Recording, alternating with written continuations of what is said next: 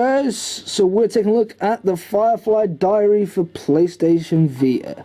Now this game has been around for a few days now, and it's been out a while in the States, I believe, but it has not long come to the UK PSN store.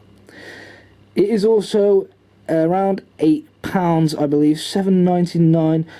And it's a very, very interesting title.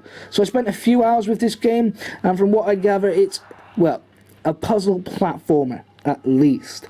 And it basically involves you as this little dude here. You're the fairy thing, and basically you have to guide this person through the levels. Now it gets very interesting, because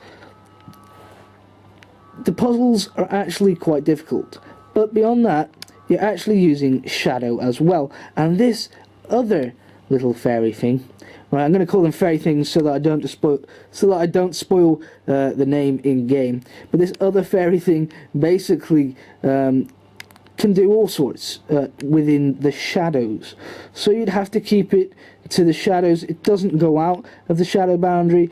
It stays within the shadow boundary, which is really, really cool, because it brings in a sort of interesting gameplay element. You know, sometimes you have to be stood next to a specific object in order to cast a shadow over it, in order to gain access to it with the other fairies. So there's that.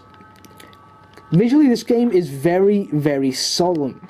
It looks to me as if they've gone for a very rigid, almost eerie approach. The lighting effects are very, very good, and visually it's actually quite pretty. The soundtrack is also very, very eerie, and you get the sense that you're not always able to get somewhere. Sometimes you feel quite trapped, and you don't quite know what's going to happen next.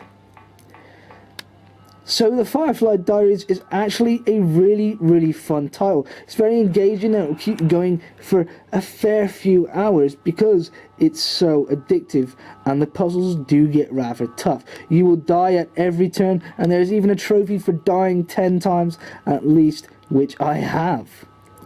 So this game gets an 8 out of 10. It is a superb little game for the Vita, and I definitely recommend you pick it up. It's a little different as you're not controlling the character themselves, and it's also quite fun because you don't know what's going to happen next.